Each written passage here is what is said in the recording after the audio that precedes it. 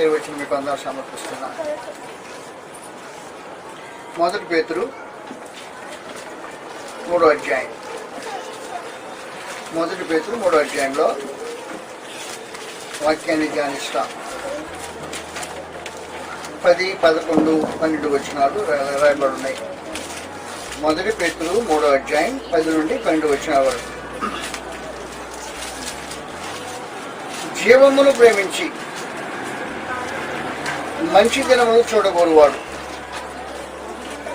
చెడ్డదాన్ని పలుకకుండా తన నాలుకను, కపటపు మాటలు చెప్పకుండా తన పెదవులను కాచుకొనవలెను.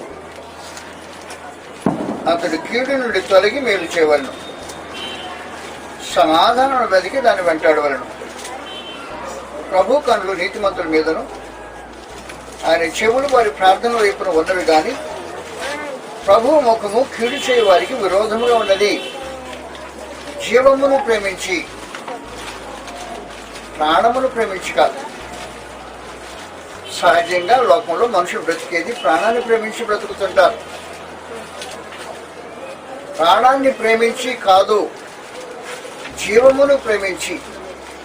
ప్రాణం అంటే శరీరాన్ని బ్రతికించేది ప్రాణం. జీవము ఆత్మను బ్రతికించేది జీవం. కాబట్టి ఆత్మను బ్రతికించేది జీవమై ఉంది. నా ప్రాణం ఉంది, నేను ప్రాణులతో సహవాసం కలిగి ఉంటా. మా ఇంట్లో తక్కిన ప్రాణులతో నాకు సహవాసం ఉంటుంది. ఇక్కడ మీ మధ్యలో మీతో నాకు ప్రాణులతో సహవాసం ఉంది. ప్రాణులంటే ప్రాణంతో బ్రతికి ఉన్నవారు అని అర్థం.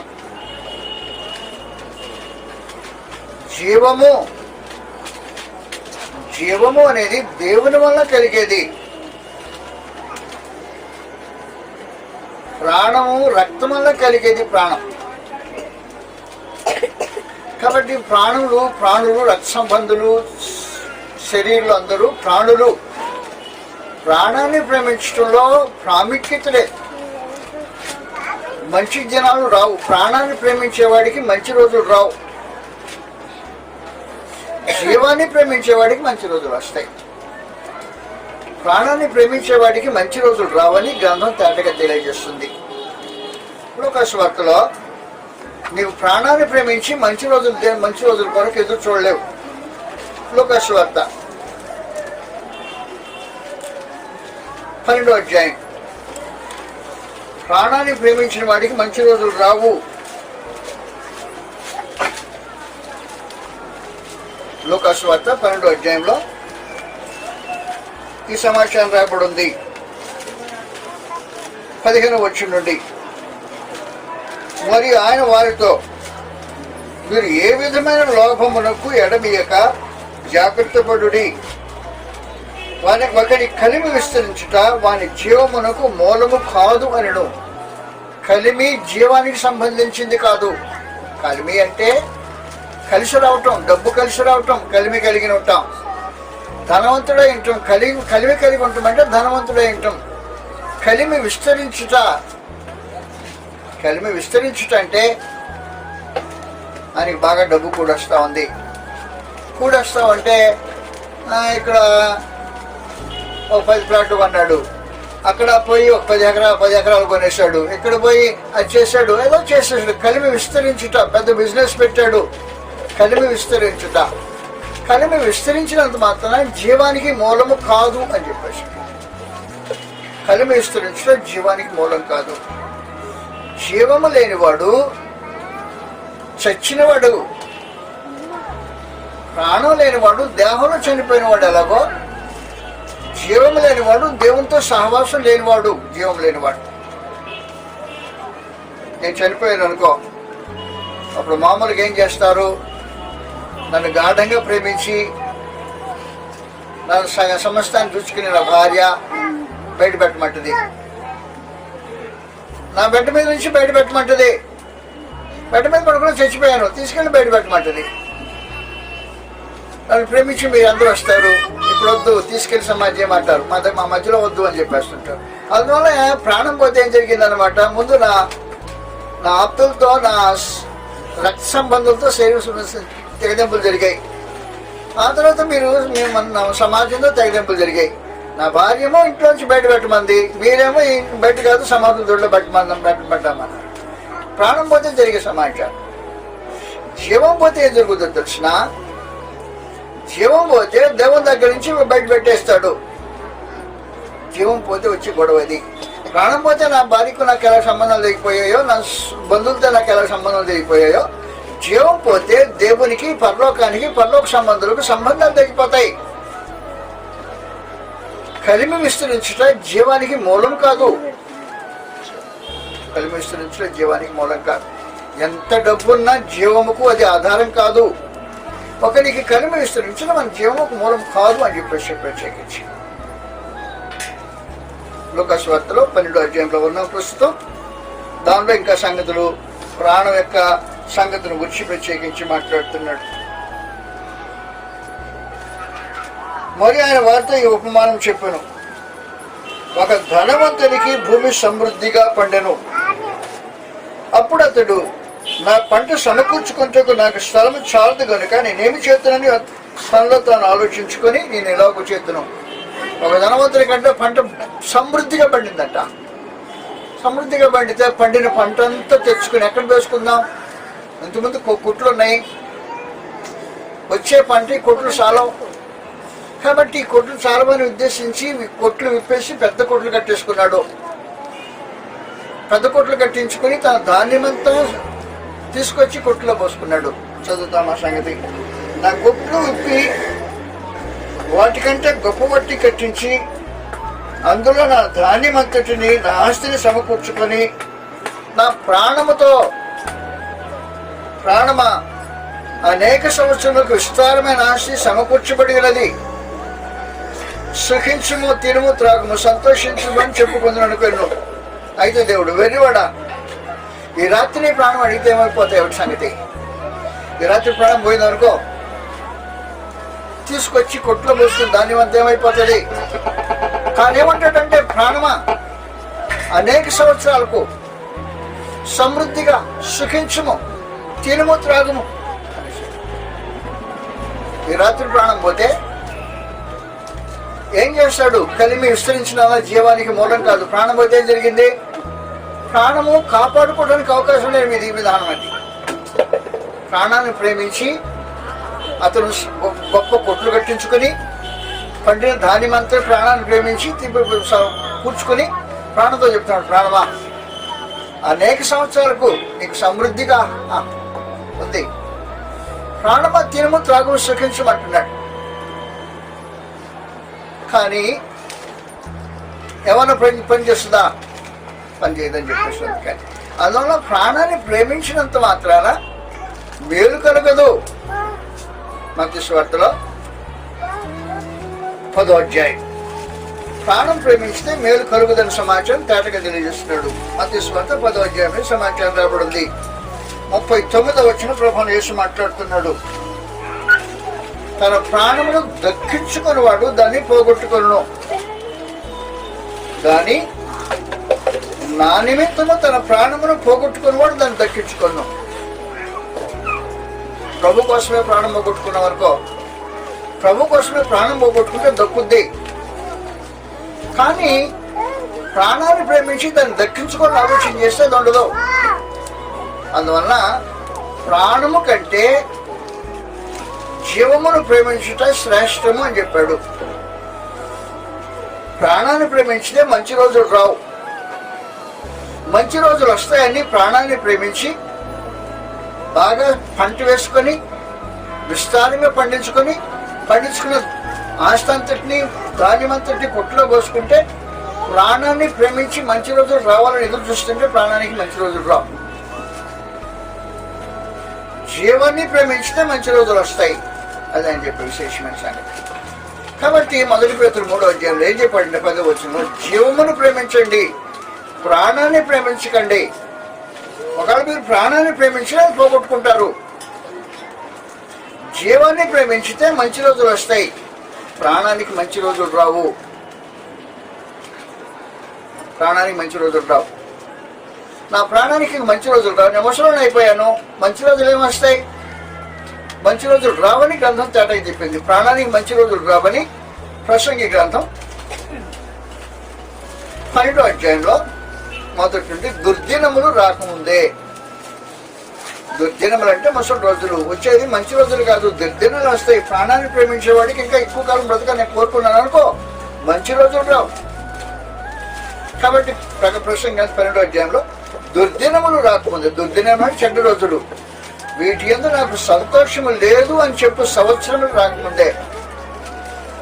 ప్రసంగి 12వ అధ్యాయం 1వ వచనం జరుగుతున్నా, దుర్దినములు రాకముందే, వీటి యందు నాకు సంతోషం లేదని చెప్పు సంవత్సరం రాకముందే, వాన వెలిసిన తర్వాత చీకటి మరలా కమ్మకముందే, నీ బాల్యదినంలోనే నీ సృష్టికర్తను స్మరణ తెచ్చుకోమని చెప్పేశాడు. కాబట్టి దుర్దినాలు వస్తాయి, ప్రాణానికి మంచి రోజులు రావు.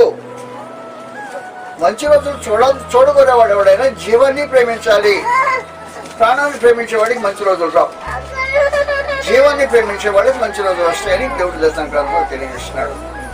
జీవమును ప్రేమించుట, జీవమును ప్రేమించుట అంటే దైవ సహవాసాన్ని ప్రేమించటం. ఎఫెసీయులకు రాసిన పత్రిక 4వ అధ్యాయం, ఎఫెసీయులకు 4వ అధ్యాయం 17-18 వచనంలో సమాచారం రాబడి ఉంది. దేవుని సహవాసమును ప్రేమించుట, జీవమును ప్రేమించుట.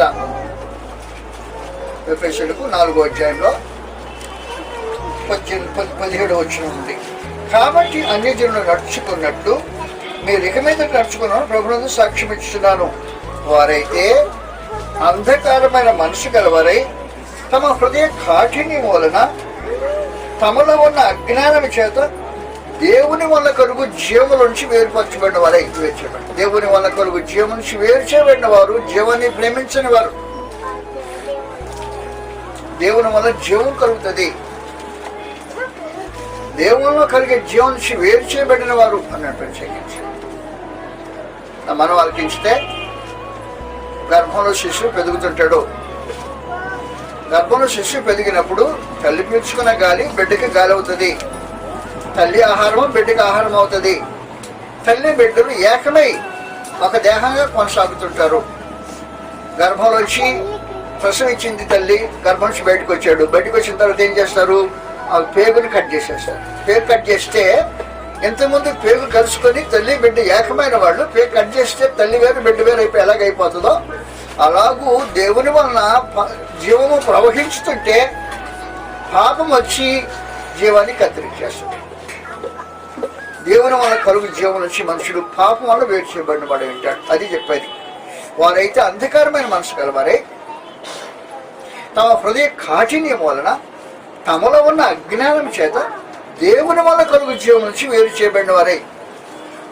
దేవుని నుంచి కలిగే జీవం నుంచి వేరు చేయబడితే దేవునితో సహవాసం తెంచబడిన వారే అని అర్థం. ఈ తెంచబడిన వారు ఎఫెసీయులకు 2వ అధ్యాయంలో మొదటి నుండి అపరాధముల చేత పాపం చేత చచ్చిన వారు అన్నమాట. అది సమాచారం. కాబట్టి ఎఫెసీయులు 2:1 మీరు మీ అపరాధముల చేతను పాపముల చేతను చచ్చిన వారు అయ్యండి. అంటే ఏమైందనమాట? దేవుని వల్ల కలుగు జీవం నుంచి వేరు చేయబడితే చనిపోయిన వారు అయినారు. ఆత్మ సంబంధంగా చనిపోయిన వారు. నేను దేహంలో చనిపోతే నా భార్య నన్ను బయట పెట్టేసింది నా బెడ్ మీద నుంచి. నేను దేవుని వల్ల కలుగు జీవం నుంచి వేరు చేస్తే దేవుడు ఏం చేస్తుంటాడు? ఆయనతో సహవాసం నుంచి బయట పెట్టేస్తాడు.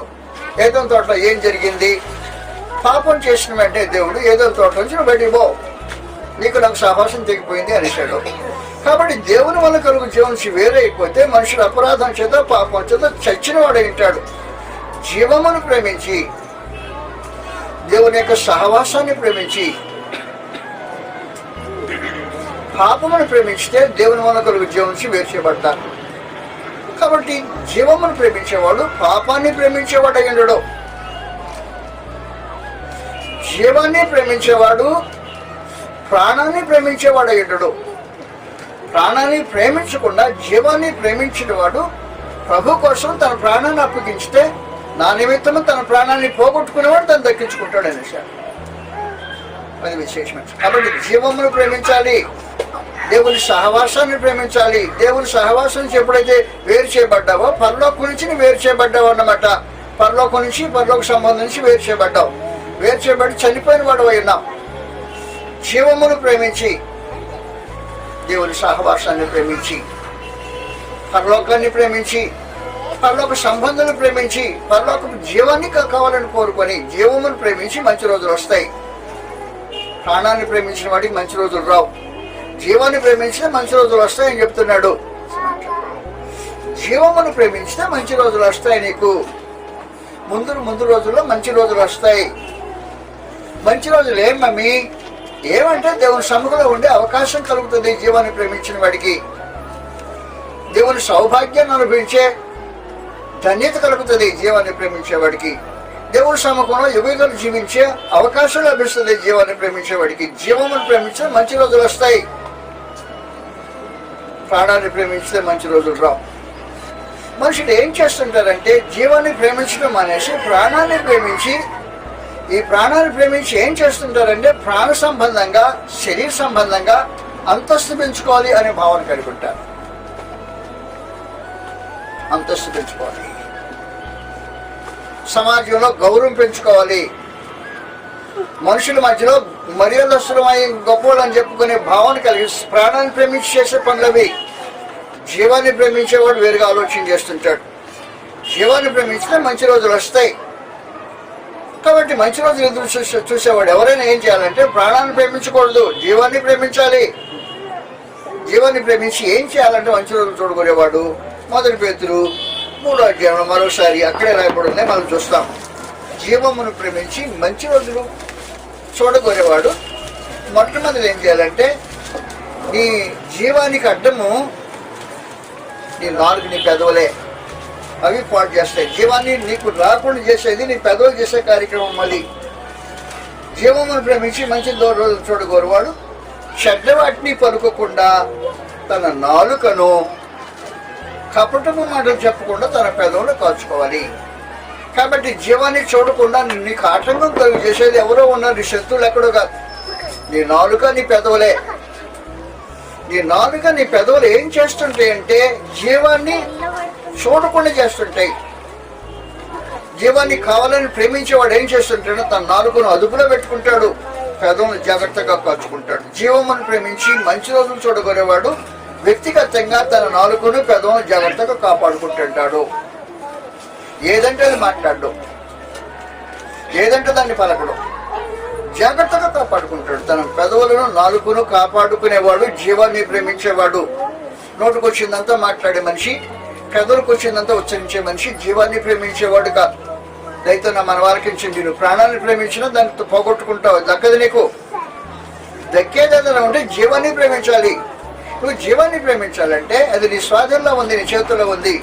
నీ నాలుక నీ అదుపులో ఉండాలి, నీ పెదవులు నీకు స్వాధీనంలో ఉండాలి.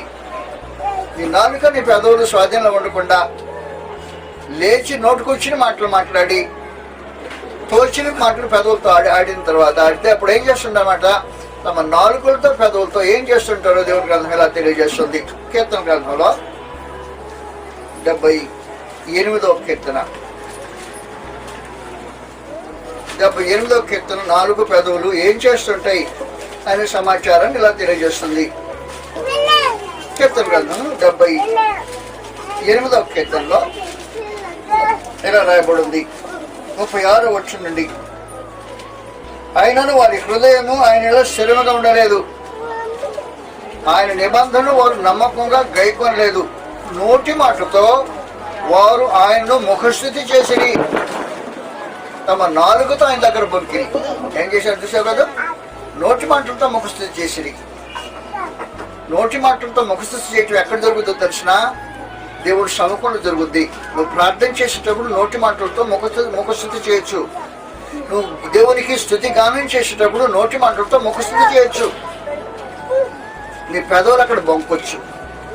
కాబట్టి నోటితో ముఖస్థుతి చేసి పెదవులతో బొంకే మనుషులు జీవాన్ని ప్రేమించేవాళ్ళు, మంచి రోజులు చూడాలని కోరుకునేవాళ్ళు కాదు. నీకు మంచి రోజులే కావాలనుకుంటే నీ నాలుకతో, నీ పెదవులతో ఏం చేయాలో గ్రంథం చెప్పింది. వారి నోటి మాటతో వారు ఆయనను ముఖస్థుతి చేసిరి. ముఖస్థుతి చేసిరి అంటే వాస్తవానికి మీరు దేవుని స్థుతి గానం చేశారనుకో, స్థుతి గానం చేయటంలో అనేక భక్తి రసాలు కురిపించారనుకో, కాలం అలాంటి జీవితం జీవించాలనుకో, అప్పుడు జీవితం నువ్వు పాడిన మాట ప్రకారం నీ జీవితం ఉండకపోతే అర్థమేంటి? దేవుని సమ్ముఖంలో నోటితో ముఖస్థుతి చేసినట్టే కదా, పెదవులతో బొంకుతున్నట్టే కదా. కాబట్టి దేవుని జీవాన్ని ప్రేమించే వాళ్ళు ఆ పని చేయరు. దేవుని ప్రేమించే వాళ్ళు ఆ పని చేయరు. వారు నోటితో ముఖశుద్ధి చేసిరి, వారు పెదవులతో బొంకిన ఆయన దగ్గర బొంకారు. ఇలాంటి వారు జీవాన్ని ప్రేమించేవారు కాదు. జీవాన్ని ప్రేమించే వాళ్ళు ఏం చేయాలి? తమ నోటిని, తమ పెదవులను, తమ నాలుకను కాచుకోవాలి. అందువల్ల నిజంగా మీరు జీవాన్ని ప్రేమించినట్టయితే ఏం మాటలు మాట్లాడుతున్నారో, ఏం పలుకుతున్నారో అది జాగ్రత్తగా ఆలోచించాల్సిన మొదటి కార్యక్రమం. నెంబర్ 2, జీవాన్ని ప్రేమించేవారు చేసే రెండవ కార్యక్రమం ఏం జరగాలంటే, వారు కీడు చేయటం మాని కీడు నుండి తొలగి మేలు చేయాలి. కీడు నుండి తొలగి మేలు చేయాలి. కీడు చేసే బ్రతుకు నుంచి మార్చుకుని మేలు చేసే మనుషులై ఉండటం దాని జీవాన్ని ప్రేమించే వారి యొక్క ప్రత్యేకత సంగతి. యెషయా గ్రంథం 1వ అధ్యాయంలో కీడు నుండి తొలగి మేలు చేయటం అనే ఒక విశేషమైన కార్యక్రమం ఉంది. ఎవరికి కీడు చేయకూడదు. జీవాన్ని ప్రేమించేవాడు మరొకరికి కీడు చేసేవాడు కాదు. కీడు చేసేవాడు జీవాన్ని ప్రేమించేవాడు కాదు. ఎవరికి కీడు తలపెట్టేవాడు జీవాన్ని ప్రేమించే వ్యక్తి కాదు. అందువల్ల జీవాన్ని ప్రేమించేవారు కీడు చేయటం మానాలి, మేలు చేయ నేర్చుకోవాలి. యెషయా గ్రంథం 1వ అధ్యాయంలో 16-17 వచనంలో మాట్లాడబడింది. మిమ్మల్ని కడుగుకొని శుద్ధి చేసుకొనిడి, మీ దుష్క్రియలు నాకు కనబడిన వాటిని తొలగించుడి. కీడు చేయటం మానుడి, మేలు చేయ నేర్చుకొనిడి. ఆ కార్యక్రమం జరగాలి. జీవాన్ని ప్రేమించితే కీడు చేసే స్వభావాన్ని మార్చుకోవాలి, కీడు చేసే పద్ధతులను మార్చుకోవాలి, మేలు చేయటం మొదలెట్టాలి. జీవాన్ని ప్రేమించేవాడు చేయాల్సిన రెండవ కార్యక్రమం అది.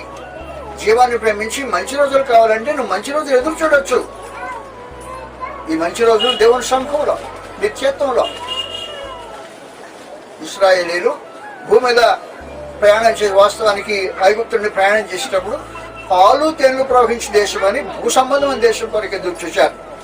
కానీ నేడు దేవుని ప్రజలు పాలు తేనెలు ప్రవహించు భౌతికమైన దేహం కొరకు, దేశం కొరకు ఆలోచించి ఇట్లా పరలోక సంబంధమైన దానికోసం ఎదురు చూస్తున్నారు. జీవాన్ని ప్రేమించేవారు పరలోకం అనుభవించబోతారు. దాన్ని నిత్య జీవాన్ని స్వతంత్రించుకోవడానికి ఆలోచన కలిగిన వారు అంటారు. జీవాన్ని ప్రేమించాలి మంచి రోజులు రావాలంటే. కాబట్టి నీ నాలుక, నీ పెదవులు జాగ్రత్తగా కాచుకోవాలి. నెంబర్ 1. నెంబర్ 2, కీడు చేయటం మాని మేలు చేయ నేర్చుకోవాలి. ఇప్పుడు దాకా ఒకళ్ళు కీడు చేసే స్వభావం కానీ పద్ధతులు కానీ ఉంటే వాటిని మానుకొని ఇక్కడి నుంచి మేలు చేయ నేర్చుకోవాలి. కీడు చేయటం మానుడి, మేలు చేయ నేర్చుకోండి. జీవాన్ని ప్రేమించేవారు చేయాల్సిన రెండవ విశేషమైన కార్యక్రమం. మూడో సంగతి చెప్పాడు. మూడోది ఏం చెప్పాడంటే, సమాధానమును వెతికి దాన్ని వెంటాడుడి. సమాధానము వెతికి దాన్ని వెంటాడటం. సమాధానము వెతకటం అంటే ఏంటి చేయాల్సిన కార్యక్రమం? మొట్టమొదటి సంగతి, సమాధానము వైరం ఎవరితో ఉందో వారితో సమాధానం పడటం అనేది మొదటి కార్యక్రమం. సమాధానం వెతకటం అంటే రోమీయులకు రాసిన పత్రిక 5వ అధ్యాయంలో వైరం ఎవరితో ఉందంటే దేవునితో ఉన్నది వైరం. దేవునితో వైరం కలిగిన వారు దేవునితో సమాధాన పడవలసిన అవసరం ఉంటుంది. పాపం వలన దేవునికి మనుషునికి వైరం ఏర్పడింది. మనుషుని యొక్క చెడు కార్యముల వలన, దుష్టత్వం వలన, అతని నోటి వలన, చేతల వలన దేవునికి మనుషులకు వైరం ఏర్పడింది. మనుషులు చేసిన పాపానికి దేవుడు విరోధి అయిపోయాడు. కాబట్టి వైరము దేవునితో ఉంటే సమాధానాన్ని వెతకాలి. దేవునితో మనుషులు సమాధాన పడాల్సిన అవసరం ఉంది. కాబట్టి సమాధానం వెతికి దాన్ని వెంటాడుడి. రోమీయులకు రాసిన పత్రిక అనుకున్నాం 5వ అధ్యాయంలో సమాధానం దేవునితో కావాలి అని కోరుకోవటం అనేది అవసరమైన సమాచారం. 5వ అధ్యాయం 9-10 వచనాలు సమాచారం రాబడింది. సమాధానం వెతికి దాన్ని వెంటాడుడి. 5వ అధ్యాయం 9-10 వచనం. కాబట్టి ఆయన రక్తములను ఇప్పుడు నీతిమంతులుగా తీర్చబడి మరింత నిశ్చయముగా ఆయన ద్వారా ఉగ్రతుడిని రక్షించబడి అనగా శత్రువులమై ఉండగా. ఎవరితో శత్రుత్వం? దేవునితో శత్రుత్వం. దేని వల్ల శత్రుత్వం? పాపం చేసినందువల్ల శత్రుత్వం ఏర్పడింది. నువ్వు పాపం చేయకుండా జీవితం కొనసాగిస్తున్నావా? పాపం చేస్తుంటే దేవునికి నీకు శత్రుత్వం ఏర్పడింది. కాబట్టి ఏం చేయాలంటే సమాధానం వెతకాలి. దేవునితో సమాధానం పడాల్సిన మనసు కలిగి ఉండాలి. నీటి ప్రక్కనే ఓ మహా గొప్ప ధనవంతుడు, శక్తిమంతుడు, పలుకుబడి గలవాడు నీకు శత్రువు అయ్యి ఉండాలనుకో, నెమ్మదిగా బ్రతుకుతావా? నెమ్మది పడదు మనసు. ఎందుకంటే ఇంటి పక్కనే పెద్ద ఆయన, పెద్ద పొలుగు పెట్టుకెళ్ళి పెద్ద ధనవంతుడు, ఏమైనా చేయగలడు వాడు. అంతా నీకు విరోధం ఉంటే నెమ్మది ఉంటుందా? ఉండదు. మంచి రోజు ఎదురుస్తాం, మంచి రోజు ఎదురుస్తాం. అందువల్ల అందులో మహాగండు మహోన్నతుడు దేవుడు. దేవునితో శత్రుత్వం పెట్టుకొని మనిషిని నెమ్మదిగా బ్రతకడానికి అవకాశం ఉండదు. సమాధానం వెతుకు, దేవునితో సమాధానం వెతుకు. ప్రాముఖ్యంగా శత్రుత్వం, దేవునితో ఉండే శత్రుత్వాన్ని పోగొట్టుకో. పాపం వల్ల కలిగిన శత్రుత్వం వల్ల విమోచన, పాపం ఉండి విమోచన పొందు. కాబట్టి సమాధానం వెతుకు. సమాధానం వెతకటంలో దేవుడు తానే ఈ కార్యక్రమంలో ముందుగా ఉన్నాడు. 2 కొరింథీ 5వ అధ్యాయంలో ఈ సమాచారం రాబడి ఉంది. సమాధానం నువ్వు వెతికే దానికంటే పరమందున దేవుడు నీతో సమాధానం కావాలని కోరుకుంటూ ఇలాగూ సందేశం పంపుతున్నాడు. 5వ అధ్యాయం 2 కొరింథీ 18వ వచనం నుండి సమస్తమును దేవుని వలనైనవి. 2 కొరింథీ 5వ అధ్యాయం 18వ వచనం నుండి 18వ వచనం 18. సమస్తమును దేవుని వలనైనవి, ఆయన మనలను క్రీస్తు ద్వారా తనతో సమాధానపరుచుకొని ఆ సమాధానపరచు పరిచయను మాకు అనుగ్రహించను. అదేదనగా దేవుడు వారి అపరాధములు వారి మీద మోపక క్రీస్తునందు లోకమును తనతో సమాధానపరచుకొని కొంచెం ఆ సమాధానపరచు వాక్యమును మాకు అప్పగించాడు. కావున దేవుడు మా ద్వారా వేడుకున్నట్లు దేవుడే వేడుకుంటున్నాడంట. నైనా రే సమాధాన పడ్డారండి. సమాధాన పట్టడానికి ఒకటే మార్గం. నీకు నాకు శత్రుత్వానికి కారణం ఏంటి? పాపమే కదా. ఆ పాపం నీలోంచి పోవాలి. పాపం నీలోంచి పోవడానికి నేనే సమాధాన బలి అర్పించాను. పూర్వకాలంలో ఇశ్రాయేలు పాపం చేస్తే దేవునితో సమాధానానికి సమాధాన బలి అని ఒక పశువుని తీసుకొచ్చి యాజకునికి అప్పగించేవాడు. యాజకుడు ఏం చేసేవాళ్ళు అంటే ఆ పశువుని తీసుకొని ఈ మనిషి పక్షంగా దేవునికి సమాధాన బలి అర్పిస్తుంటేవాడు. ఇదివరకు మనుషులు చేసే సమాధానం కోరి, దేవునితో సమాధానం కోరి మనుషులు చేసేవాడు. ఇప్పుడు ఏం చేస్తున్నాడంటే దేవుడు తానే సమాధానం కోరి ఒక సమాధాన పశువుని మన కొరకు అర్పించాడు. దేవుడు మన కొరకు అర్పించిన సమాధాన పశువు క్రీస్తు ప్రభు. క్రీస్తు ప్రభు యొక్క బలి వలన మనతో దేవుడు సమాధాన పడటానికి ఇష్టపడుతున్నాడు. కాబట్టి దేవుడు ఏం చేస్తున్నాడే మా ద్వారా వేడుకుంటున్నాడు, బతిమాలుతున్నాడు మిమ్మల్ని. వేడుకోవటం అనేది చిన్న మాట కాదు. మనుషులు దేవుని వేడుకుంటారు. ప్రార్థనలో ప్రార్థన చేసేటప్పుడు ఏమంటాము? యేసుక్రీస్తు నామమున వేడుకుంటున్నాం తండ్రి అంటాం. ఇప్పుడు దేవుడేమంటున్నాడు? యేసుక్రీస్తు ద్వారా నేను మిమ్మల్ని వేడుకుంటున్నాను అంటాడు. ఏంటి మమ్మల్ని వేడుకునే కాడ దగ్గర దిగొచ్చావు? సమాధానం పడతారా నాయన అంటున్నాడు. దేవుడే సమాధానం కావాలని కోరుకొని దిగి వచ్చినప్పుడు నరుడు దేవునితో సమాధానం వెతికి వెంటాడాల్సిన అవసరం ఉందా లేదా ఆలోచించేయండి. దేవునితో సమాధానం లేకుండా జీవాన్ని మంచి రోజులు నీకు రావు. దేవుడు శత్రువు అయితే మంచి రోజులు ఎదురు చూడలేవు. అందువలన దేవుడు తానే ఏం చేస్తున్నాడంటే సమాధానం వెతికి వెంటాడమంటే ఆయనే సమాధానానికి వస్తున్నాడు. కావున దేవుడు మా ద్వారా వేడుకున్నట్లు మేము క్రీస్తులకు రాయబారులమయ్యండి దేవునితో సమాధాన పడ్డని క్రీస్తు పక్షమును మేము బతిమాలుకొంటున్నాం. ఎందుకనగా మనం ఆయన ఏదో దేవుణ్ణి తగినట్లు పాపం మెరుగని ఆయన మన కొరకు పాపంగా చేశాడు. పాపం మెరుగని క్రీస్తు ప్రభుని పాపంగా చేసి మన పాపమునికి శిక్ష ఆయన మీద విధించి ఆయన్ని శిక్షించి ఆయన ద్వారా సమాధాన పడటానికి నిశ్చయపెడితే ఆ మనుషుడు ఆ పాపాన్ని విసర్జించి దేవుని దగ్గరికి రావాల్సిన అవసరం ఉంది. క్రీస్తు ప్రభునందు విశ్వాసం అన్న పాపాన్ని ప్రేమించేవాడు దేవునితో శత్రుత్వం కావాలని కాదుతున్నాడు అన్నమాట. అది జరిగే కార్యక్రమం. నువ్వు పాపాన్ని ప్రేమించావు, దేవునితో శత్రుత్వానికి కాదుతున్నావు. మంచి పని కాదు, మంచి రోజులు రావు నీకు ఖచ్చితంగా. అందువల్ల పరలోకమందు దేవుడు ఏం చెప్తున్నాడంటే నేను సమాధానం వెతుకుతున్నాను మీతో. మంచి రోజులు కావాలని నువ్వు కోరుకుని నువ్వేం చేయాలి? సమాధానమే వెతకాలి. సమాధానం వెతకాలని నువ్వేం చేయాల్సిన పని ఏంటి? పాపం వల్ల వచ్చిన శత్రుత్వం కాబట్టి పాపాన్ని విసర్జించాలి. పాపాన్ని విసర్జించి క్రీస్తునందు దేవునితో సమాధానం పడటానికని ఆయన సమాధాన సంబంధమైన షరతును అంగీకరించాలి. సమాధానం వెతికి దాన్ని అంటాడు, ఆయన నేను పాపం చేసి నీకు పరలోకానికి శత్రువుని అయిపోయా. క్రీస్తు ప్రభునందు నన్ను క్షమించడానికి ఇష్టపడి మహత్తరమైన కార్యక్రమం జరిగించావు. క్రీస్తు ప్రభు రక్తం చేత నేను కడగబట్టడానికి ఇష్టపడుతున్నా, మార్చుకున్నా, మారు మనసు పొందుతాను. నీ నియమంలోకి వచ్చేస్తాను, నన్ను క్షమించి గత పాపములని దేవుని సముఖంలో క్షమాపణ పొంది సమాధానం కొరకు ప్రాకులాడటం అనేది మానవ జాతికి అవసరమైంది. మంచి రోజులు రావాలంటే పాపంలో కొనసాగేవాడు దేవునితో శత్రుత్వాన్ని కొనసాగించుతున్నవాడు అయి ఉంటాడు. పాపం వల్ల దేవునితో శత్రుత్వము రగులుతుంటది, మండుతుంటది. కాబట్టి జాగ్రత్త గుర్తుపెట్టుకో, సమాధానం వెతికి దాన్ని వెంటాడాలి. సమాధానం వెతకటం అనే ఒక విశేషమైన కార్యక్రమం ఉంది. రెండవ విశేష సంగతి సమాధానం. సమాధానం ఎలాగ ఉండాలంటే జనుల మధ్యలో సమాధాన బాంధవ్యం ఉండాలి. జనుల మధ్యలో సమాధాన బాంధవ్యం ఎలాగ ఉంటుందంటే శత్రుత్వం లేని పరిస్థితుల్లో ఉంటుంది. ఎఫెసీయులకు 2వ అధ్యాయంలో సమాధానం వెతికి దాని వెంటాడుడి. యూదులు అన్ని జనులు అంటే వారి ఇద్దరి మధ్యలో పచ్చగడ్డ అయితే బొగ్గులు మండుతుంది, నిప్పు పెట్టక్కర్లా. పచ్చగడ్డ వేసేవనుకో రెండు మధ్యలో నిప్పు పెట్టకుండా బొగ్గులు మండుతుంటుంది. అది పరిస్థితి దుస్థితి. యూదులంటే అన్ని జనుడికి ఇష్టం ఉండదు, అన్ని జనుడు అంటే యూదుడికి అసలు ఇష్టం ఉండదు. ఒకరు ఒకరు ద్వేషించుకునే మనుషులు. అలాంటప్పుడు సమాధానం వెతికి దాన్ని వెంటాడు అనే గ్రంథాన్ని గురించి సమాచారం రాబడుతుంది. చదువుతాం ఎఫెసీ 2వ అధ్యాయంలో 13వ వచనం నుండి. ఆయనను మునుపు దూరస్తులైన మీరు ఇప్పుడు క్రీస్తు యేసునందు క్రీస్తు రక్తమున సమీపస్తులయ్యున్నారు. ఆయన మన సమాధానమయ్యండి. ఎవరికి? యూదులు కనిజండు కొద్దిల మధ్యలో ఉండే తగాదాకు క్రీస్తు సమాధానమయ్యండి. ఆయన ఇక మీరిద్దరూ వేరు కాదురా, ఒక శరీరంలో సాటి అవ్వాలని ప్రభువుని యేసు తీసుకొచ్చి క్రీస్తు యేసులో ఆయన శరీరమైన సంఘంలో జత చేస్తున్నాడు. క్రీస్తు ప్రభు సంఘంలో జాతులు జనాలు ఏకమవుతాయి. ఏకం చేసే విశేషమైన స్థలము క్రీస్తు ప్రభు సంఘం.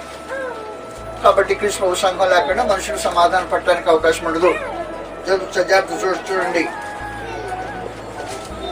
14వ వచనం. ఆయన మన సమాధానం అయ్యండి, మీకును మాకు నుండిన ద్వేషం అనగా విధిరూపం నాగరిక ధర్మశాస్త్రం తన శరీరంలో కొట్టుబెట్టి చేత మధ్యగోడను పడగొట్టి మన ఉభయం ఏకం చేశాను. ఇట్లు సంధి చేయొచ్చు. ఈ